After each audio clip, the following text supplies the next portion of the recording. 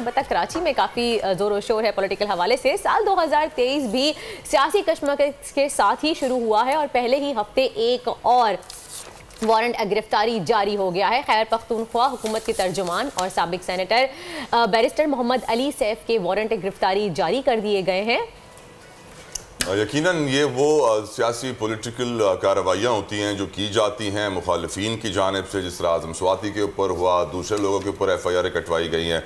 तो मुसलसल एक सिलसिला चल रहा है सियासी कशमकश का, जिसकी वजह से मुल्क मुआशी बदहाली का शिकार हो चुका है, तबाही का शिकार हो चुका है। सियासतदान अपने सियासी टारगेट्स और सियासी एजेंडाज हासिल करने के लिए किसी भी हद तक जा सकते हैं, कोई भी केस बना सकते हैं। लेकिन मैं सवाल ये पूछना चाहता हूँ, कराची जो पूरे पाकिस्तान को कमा के देता है, मुआशी शहरग है, फाइनेंशियल हब है, पोर्ट है, आपकी ट्रेड का हेड ऑफिस है, लेकिन फिर भी यहाँ पर जिस तरह इसको निगलेक्ट किया जाता है, जिस तरह इग्नोर किया जाता है, जिस तरीके से आप देखकर अनदेखा कर दिया जाता है, ये मजाक है जो कराची के साथ मजीद और चल नहीं सकता। जमात इस्लामी ने भी कल धरना दिया है, MQM भी धरना देने जा रही है। उन्होंने कल धरना दिया था, फिर खत्म भी कर दिया है, क्योंकि वो चाह रहे हैं कि इलेक्शन ऑन टाइम हो।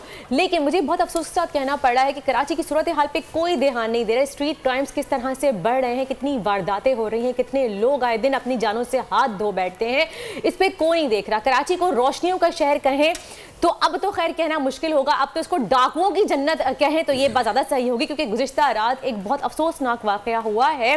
सफाक डाकुओं ने एक औरत को गुलिस्तान जौहर में डकैती, उन्होंने मज़ाहमत की डकैती के लिए वो लोग आए थे और उनको गोली मार दी उनके बच्चे के सामने। वो खातून गाड़ी में अपने भाई और अपने बच्चे के साथ मेडिकल स्टोर पर आई थी कुछ ख़रीदने के लिए, वहाँ पर डाकू आ गए डकैती करने के लिए। थोड़ी सी मजम्मत के अगेंस्ट उन्होंने उन खातून को गोली मार दी। आप देखिए, इस पे तो कोई ध्यान नहीं दे रहा कि स्ट्रीट क्राइम्स को रोका जाए, कराची को सही बनाया जाए, दोबारा से रोशनियों का शहर बनाया जाए। लेकिन अफसोस हमारे हुक्मरान सिर्फ आपस में लड़ रहे हैं। इसी पे बात करने के लिए हमारे साथ नज़ीर लगारी साहब मौजूद हैं, सीनियर तज्जियाकार हैं, उनसे जानेंगे। लगारी साहब, ये बताइएगा कि हुकूमतें या पार्टियां आपस में लड़ रही हैं, एहतजाज कर रही हैं कि इलेक्शन टाइम पे हर कोई इलेक्शन कर रहा है, एहतजाज के जरिए इलेक्शन का मोमेंटम क्रिएट जा रहा है, लेकिन कराची की तरफ कोई देख नहीं रहा है, क्यों? जाहिर है उन्हें अपने इक़्तिदार से गर्ज है। जिन जिन लोगों ने इलेक्शन में हिस्सा लिया है उन्हें नज़र है कि कराची के इक़्तिदार पर पहुँचे। अभी तक तो उन्हें यह भी मालूम नहीं है कि इक़्तिदार हासिल भी कर लें और शहर का इक़्तिदार उनको मिल भी जाए तो उन्हें हासिल क्या होगा। क्या उनके पास अख्तियारात होंगे, क्या उनके पास फंड्स होंगे और उनके पास माली अख्तियारात होंगे। क्या थर्ड टियर में यानी कि सूबाई हुकूमत से शहरी हुकूमत की तरफ जो है फाइनेंसेस जाएंगे, इस तरफ कोई तवज्जो नहीं दे रहा है। बस उन्हें ओहदा चाहिए, किसी भी सूरत करने के लिए भाग दौड़ कर रहे हैं। शहर का बहुत बुरा हाल है, शहर में सहूलतों का फुकदान है, लोगों को पानी नहीं मिलता है, लोगों को गैस और बिजली की बहरान है, गैस लोगों को मिल नहीं रही है, वक्त पर खाना नहीं खा सकते हैं। और अब ये एक और मुसीबत है, इसलिए कि इतनी शदीद बेरोज़गारी है कि तारीख में इसका कोई रिकॉर्ड माजी का नहीं मिलता है। उस बेरोज़गारी में जो है आप ये नहीं है कि लोगों को डाके की तरफ जाना चाहिए, चोरी की तरफ जाना चाहिए, लेकिन ऐसी चीज़ें माहौल पैदा करती हैं कि वो लोग निकलें। और ये जहां हुकूमत का फेलवर भी होता है और इदारे जो होते हैं जिनको लॉ इन्फोर्समेंट करनी है उनका फेलवर होता है कि वो लोगों की जान और माल का तहफ़्फ़ुज़ नहीं कर सकते हैं। तो एक नाइंसाफ़ी पर मबनी मुआशरा जराइम पैदा करता है। जहाँ भूख होती है वहाँ जराइम होते हैं, जहाँ गुर्बत होती है वहाँ जराइम होते हैं, जहाँ नाइंसाफ़ी होती है वहाँ जराइम होते हैं, जहाँ इदारे अपना काम नहीं करते वहाँ जराइम होते हैं, जहाँ पुलिस कुछ नहीं करती वहाँ जराइम होते हैं, जहाँ अदालतों में फैसले नहीं होते हैं वहाँ जराइम होते हैं। तो इस तरह जो है वो जराइम तो बढ़ते रहते हैं। लगारी साहब, लेकिन कराची के साथ ये सौतेलापन क्यों? आप लाहौर को देखिए कितना तरक्की कर गया, आप पेशावर को देखिए कितना तरक्की कर गया, ये कराची पीछे की तरफ क्यों जा रहा है सर? मंसूबे के तहत जो है, जो स्टेक होल्डर्स थे उन्होंने मंसूबे के तहत इस शहर को तबाही के दहाने पर लाकर खड़ा किया है। क्या एक ज़माने में जो दहशतगर्दी रही है इस शहर के ऊपर 30 साल तक, वो शहर की कौन सी खिदमत हो रही थी और कौन लोग उसका, और उसका नतीजा क्या निकला है?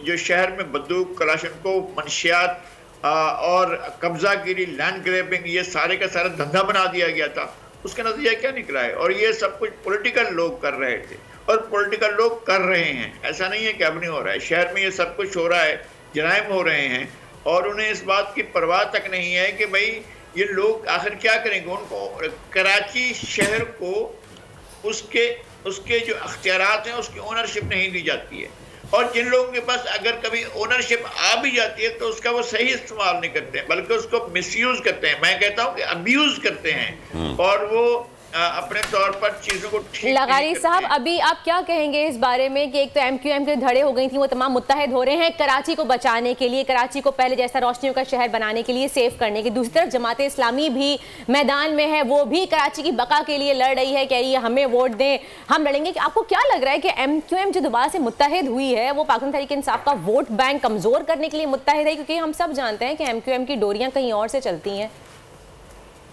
नहीं, वो पीटीआई की डोरियां भी कहीं और से चलती हैं, पीपल्स पार्टी की डोरियां भी कहीं और से चलती हैं, जमात इस्लामी की डोरियां भी कहीं और से चलती हैं। जो कहीं और बैठे हुए हैं वो कहीं और से काम कर रहे होते हैं। ऐसा नहीं होता है। बहुत सी चीज़ें ऐसी हैं कि जिनका हम देखते हैं। आपने सुना होगा कि ज़लज़ला कहीं होता है, खुदा न खास्ता बालाकोट में होता है, तो उसका मरकज़ कहीं और होता है, चीज़ों का मरकज़ कहीं और होता है, और चीज़ें कहीं और वकूफ़ पज़ीर होती हैं। असल में इन सबको स्टेक होल्डर बनाने की कोशिशें की गई। असल में बाज़ लोग चाहते ये थे, जो शुरू से ये रहा है, कि इस शहर को आगे ना बढ़ने दिया जाए, ये शहर को तरक्की न करने दिया जाए, और इस शहर को मसालिस्तान बना दिया जाए। तो मसालिस्तान बन गया है, हर गली में कचरा पड़ा है, हर गली टूटी फूटी है, हर सड़क जो है, आप किसी भी इलाके में चले जाएं आपको मिलेगा कि सड़क पर तो गाड़ी तक नहीं चलाई जा सकती है। ये सूरत हाल अमूमी है, यानी ये ऐसा नहीं है। और इसका ये नहीं है कि फलां पार्टी ऑर्गेनाइज हो रही है, फलां पार्टी, इन पार्टियों के पास बड़ा हो रहा है। पीटीआई ने इस शहर में कौन सा इनकलाब लेकर आई है जो हम कहें कि एमक्यूएम ने नहीं किया? एमक्यूएम ने कौन सा बड़ा कमाल कर दिया कि जनाब हम कहें कि एमक्यूएम ने तो ये बहुत ही बड़ा कमाल कर दिया था। इसी तरह से जमात इस्लामी ने कौन सा तारे तोड़ कर रही है? पीपल्स पार्टी ने क्या लोगों को दे दिया है?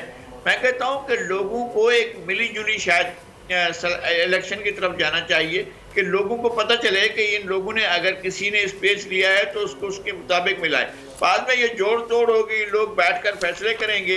कराची शहर जो है इस तरह से आगे नहीं बढ़ सकता है कि इतनी बड़ी आबादी का शहर जो इस रीजन के बड़े शहरों में, बल्कि दुनिया के बड़े शहरों में शामिल हो गया है, उसकी तरफ नजर ही ना की जाए। इसमें कोई मास ट्रांजिट नहीं है, पानी का कोई निजाम नहीं है, सहूलतों का फुकदान है लोगों के पास। आप तालीम का हाल देखेंगे क्या सूरत हाल है, और बच्चों को सही तौर पर तालीम तक नहीं मिलती है। बिल्कुल सही बात है, हमारे यहाँ कराची में सबका बुरा हाल है, चाहे वो हेल्थ सेक्टर हो, एजुकेशन हो, कुछ भी हो। सड़कें टूटी हुई हैं, पानी नहीं मिल रहा, गैस नहीं है, बिजली नहीं है। बहुत बहुत शुक्रिया, नज़ीर लगारी साहब हमारे साथ मौजूद थे। और ये बात वाज़ेह है कि कोई पुरसाने हाल नहीं है, कोई पूछने वाला नहीं है। कराची को एक लावारिसों की तरह छोड़ दिया गया है। लेकिन जो बात लगारी साहब ने कही कि डोरे कहीं और से खिंच रही हैं, तो हमें याद रखना चाहिए कि हमारे जो कठपुतली सियासतदान हैं उनकी डोरे कहीं और हैं, और जो डोरे खींच रहे हैं उनको इस बात का एहसास हो जाए, अल्लाह करे, कि अब ये मजीद डोरे ऐसे नहीं चल सकती।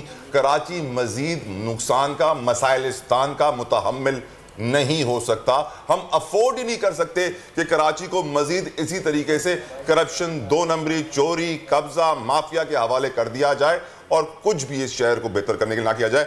याद रखिए, पाकिस्तान का वाहिद मेट्रोपोलिस है, तिजारती दारुल खिलाफा है, दुनिया के कई मुल्कों से बड़ा ये शहर है।